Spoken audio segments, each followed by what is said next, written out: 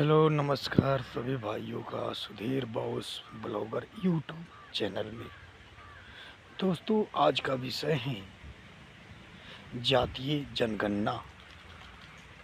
सर्वप्रथम जातीय जनगणना सन 1931 में, जब भारत देश गुलाम था अंग्रेज को, तब अंग्रेज़ों ने जातीय जनगणना कराया।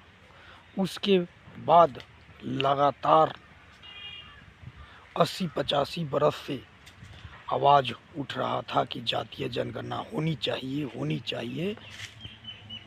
और कोई सरकार, सब सरकार कान में तेल रखकर सुन रही थी। इसमें सबसे बड़ा हाथ जातीय जनगणना करवाने में समाजवादी नेताओं का बहुत बड़ा योगदान है।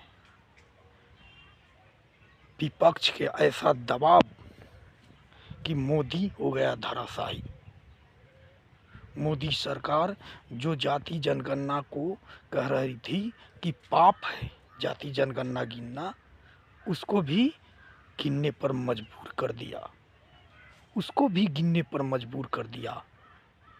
सबसे बड़ा अपना एजेंडा माननीय तेजस्वी यादव और लालू प्रसाद यादव, राहुल गांधी और अखिलेश यादव, इस 4 महापुरुषों ने जाति जनगणना की ऐसी लड़ाई सड़क से संसद तक लड़ी कि सरकार को मजबूर होकर जाति जनगणना पर तैयार होना पड़ा।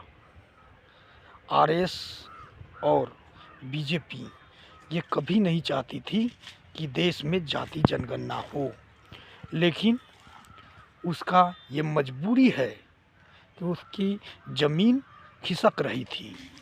लोगों के अपने जाति के प्रति समझना था, इसीलिए लोग विरोध किया। और समाजवादी नेताओं, सबसे पहले आवाज़ उठाने वाले माननीय लालू यादव ने आवाज़ उठाया कि जाति जनगणना होना चाहिए। इस देश में कुत्ता की गिनती होता है, बिलाई की गिनती होता है, पशु पक्षी की गिनती होता है, लेकिन ओबीसी वर्ग को एकमात्र अंग्रेज सरकार ने गिना, उसके बाद कोई नहीं गिना। और ऐसे मजबूर कर दिया बीजेपी सरकार को कि जाति गणना पर राजी होना पड़ा।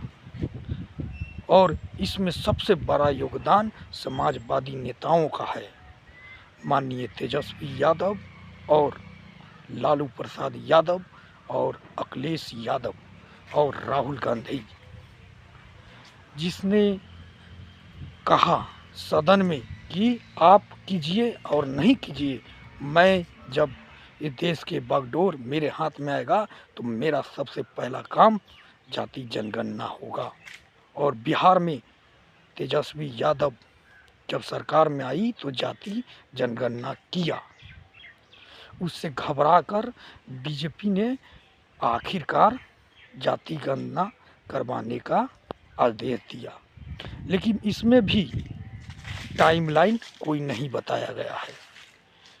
हो सकता है बिहार के चुनाव के लिए डर के करा रहा है, लेकिन इससे बीजेपी को कोई फ़ायदा नहीं होगा, क्योंकि सब जानते हैं जो बीजेपी कहती थी जो जात के बात करेगा उसको लात मारेंगे, जो जात के बात करेगा वो जात पाप है।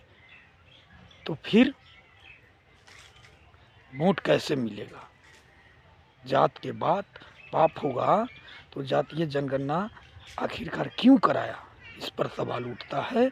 और जातीय जनगणना सबसे बड़ा जो लड़ाई लड़ा है वो लालू यादव, तेजस्वी यादव, राहुल गांधी, अखिलेश यादव, इस 4 नेता के सामने बीजेपी और संघ झुक गई। जय समाजवाद, जय बिहार।